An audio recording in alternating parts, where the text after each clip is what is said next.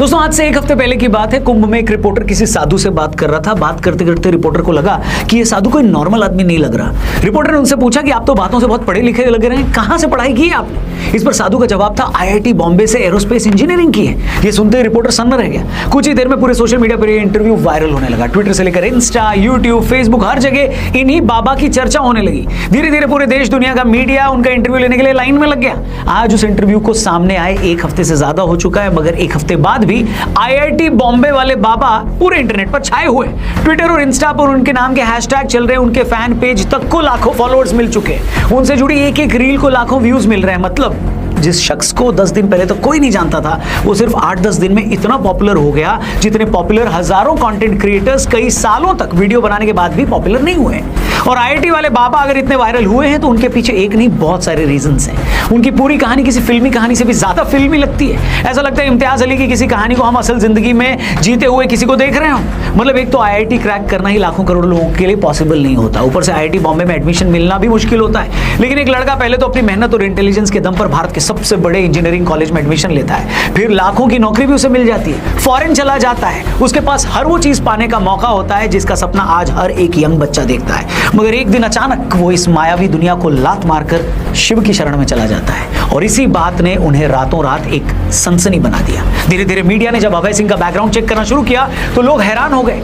पता लगा कि वो हरियाणा के झज्जर के एक छोटे से गांव से आते थे। वो ग्रेवाल गोत्र के जाट परिवार में पैदा हुए थे। बचपन से पढ़ाई में तेज थे। घर वाले आईआईटी की कोचिंग के लिए कोटा भेजना चाहते थे, मगर वो दिल्ली जाना चाहते थे। अभय ने आईआईटी का एग्जाम क्रैक कर लिया। पहले आईआईटी बॉम्बे से एरोस्पेस इंजीनियरिंग में बीटेक की डिग्री ली, फिर डिजाइनिंग में मास्टर्स की भी डिग्री ले ली। अभय सिंह की छोटी बहन कनाडा में रहती थी। वो कनाडा नौकरी करने चले गए। कनाडा जाकर उन्होंने एरोप्लेन बनाने वाली कंपनी में काम किया। 3 लाख रुपए उनको सैलरी भी मिलने लगी हर महीने की। जिस टाइम वो कनाडा में नौकरी कर रहे थे तभी लॉकडाउन लग गया। अभय सिंह घर में कैद हो गए। उनका शुरू से ही आध्यात्म में इंटरेस्ट था। लॉकडाउन के टाइम उन्हें अपने और जिंदगी के बारे में सोचने का और ज्यादा मौका मिला, वक्त मिला। तब तक उनका कनाडा और कनाडा में अपनी जॉब से मन उठ चुका था। लॉकडाउन खत्म होने के बाद वो भारत आ गए। भारत आकर उन्होंने फोटोग्राफी की। वो हरिद्वार से लेकर केरल और उज्जैन के कुंभ तक कई जगह घूमने गए। अभय ने अपने कई इंटरव्यूज में खुलकर बताया है कि उनके माँ बाप बहुत ही टॉक्सिक रहे हैं, हरदम लड़ते थे। उन्हें लड़ता देखकर उनका शादी से भरोसा उठ गया था। अभय ने कहा उनके माँ बाप हमेशा झूठी शान में लगे रहते थे। उनके पिता ने जितना पैसा उनकी पढ़ाई पर खर्च नहीं किया, उससे ज्यादा पैसा उन्होंने खुद राजनीति में जाने पर लगा दिया।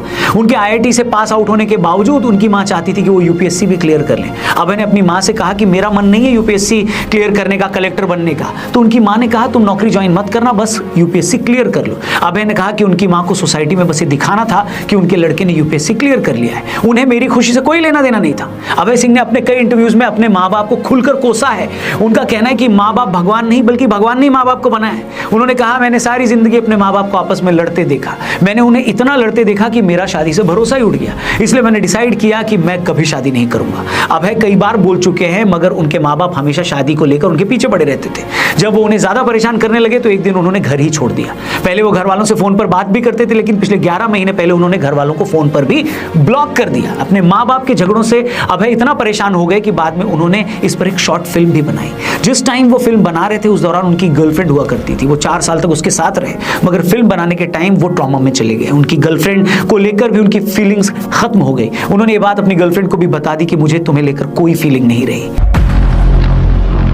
इसके बाद अभय सिंह जिंदगी का मकसद ढूंढने साधु सन्यासियों की शरण में गए। उन्होंने बताया काफी समय तक वो सदगुरु के ईशा फाउंडेशन आश्रम कोयम्बटूर में भी रुके और वहां पर साधना की। इसके अलावा भी अलग अलग जाकर उन्होंने अपनी साधना और तपस्या पूरी करी, क्योंकि ऐसे तो पहुंचे हुए साधु महात्मा किसी को शिक्षा देते नहीं है। वहां जाकर उन्हें अपनी सिंसियरिटी साबित करनी होती है। ये दिखाना होता है कि वो सच में अपनी धुन के पक्के हैं, उनकी नीयत साफ है और वो सचमुच कुछ सीखने के लिए निकले हैं। अभय सिंह ने जब ये परीक्षा पास की तो उन्हें सन्यासी का नाम दे दिया गया। शिव की शरण में जाते ही उन्हें जिंदगी का मकसद मिल गया।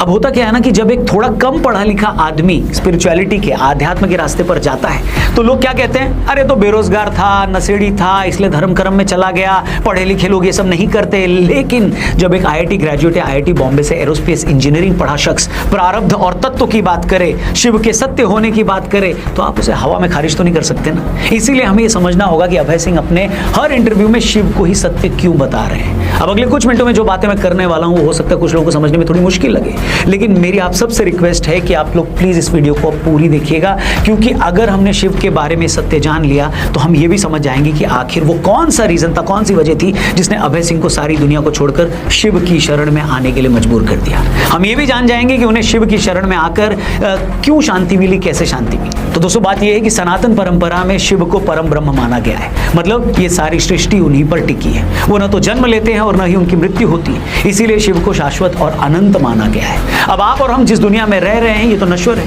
ये आज है कल नहीं है, लेकिन शिव सत्य है। इस दुनिया का सच वक्त वक्त पर बदलता है, लेकिन शिव का सत्य समय से परे है। उनका अस्तित्व कल भी था और कल भी रहेगा। शिव को इसीलिए महाकाल भी कहा जाता है क्योंकि वो काल से परे है। अब इन्हीं शिव को आदि गुरु भी कहा जाता है, मतलब उन्होंने न सिर्फ ये सारी दुनिया बनाई बल्कि वो इस दुनिया को चला भी रहे हैं। दुनिया की हर चीज में उन्हीं की ऊर्जा है और इस दुनिया को बचाने वाले भी वही हैं, मतलब वही इस दुनिया के फाउंडर भी हैं, सीईओ भी हैं और सीओओ भी वही हैं। हमारे योग शास्त्र में कहा गया है कि कुंडलिनी जागरण का आधार भी शिव ही है, मतलब अगर आपको अपनी आत्मा को परम सत्य से जोड़ना है तो आपको शिव पर ही ध्यान लगाना होगा। अब अभय सिंह अगर बार बार ये कहते हैं कि शिव ही सत्य है तो वो वही बात कर रहे हैं जो हजारों सालों से हमारी सनातन परंपरा कर रही है, कह रही है। अब जो लोग इस बात को नहीं समझते तो उनके लिए तो भी ये भारी भरकम शब्द है, मगर जो लोग थोड़ी बहुत भी जानकारी रखते हैं वो अच्छे से जान रहे हैं कि अभय सिंह शिव को ही सत्य होने की बात क्यों कर रहे हैं, क्योंकि शिव ही शाश्वत हैं, अनंत हैं और कभी ना बदलने वाली इस यूनिवर्सल कॉन्शियसनेस के सिंबल भी हैं। मतलब इस दुनिया में जो भी कुछ है उसमें शिव है, इसीलिए कहा गया है कि शिव ही सत्य है। और इसीलिए एक आईआईटी बॉम्बे ग्रेजुएट ने सारी दुनिया की सुख सुविधाएं छोड़कर उस सत्य के सामने सरेंडर कर दिया। अब कहना तो नहीं चाहिए, मगर ज्यादातर रिपोर्टर्स जो इनसे बातें कर रहे हैं या कर चुके हैं उन्हें या तो इनकी बातें समझ नहीं आती या फिर उन्हें यह पता नहीं लगता कि उनके किसी जवाब में क्या सवाल पूछें।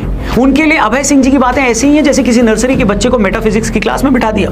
अभी रिपोर्टर और कुछ यूट्यूबर्स व्यूज के लिए अभय सिंह के पास इंटरव्यू करने जा तो रहे हैं, मगर इनमें से कोई ये समझ ही नहीं पा रहा है कि वो कहना क्या चाहते हैं। यही रीजन है कि बहुत सारे इंटरव्यू में कुछ लोगों को अभय सिंह या तो एरोगेंट लग रहे हैं, किसी को कंफ्यूज लग रहे हैं, कोई उनको भटका हुआ बता रहा है। ये सारी बातें इसलिए दोस्तों क्योंकि जीवन में इंस्टा पर रील्स के अलावा इनमें से ज्यादातर ने कुछ देखा पड़ा तो है नहीं। कुंभ की जिस पवित्रता और भव्यता पर पूरी दुनिया फिदा है, जिसे कवर करने अमेरिका से लेकर सऊदी अरब तक के रिपोर्टर्स आए हैं, हमारी ही मीडिया के एक सेक्शन को उसकी गहराई और उसके धार्मिक महत्व का कुछ पता ही नहीं है। कुछ लोग तो बस धड़ाधड़ अभय सिंह जी की रील्स को सिर्फ इसीलिए शेयर कर रहे हैं कि देखो एक आईआईटी का बंदा साधु कैसे बन गया। जैसे हर माँ बाप को लगता है ना कि भगत सिंह पैदा तो हो मगर पड़ोसी के घर में, मेरे घर नहीं, उसी तरह बहुत सारे भारतीय इस बात के लिए अभय सिंह की तारीफ तो कर रहे हैं कि देखो आध्यात्म के लिए, स्पिरिचुअलिटी के लिए इसने इतना सब कुछ छोड़ दिया, लेकिन उसने क्यों छोड़ा, कैसे छोड़ा, किस वजह से छोड़ा, इसे समझने का टाइम किसी के पास नहीं है। मेरा बस इतना कहना दोस्तों कि कुदरत आपको कई रूप में कई तरह के मौके देती है। नॉर्मल साधु संत और बाबा लोग तो आपको अनपढ़ और बेरोजगार लगते हैं तो आप उन पर ज्यादा ध्यान देते नहीं हो,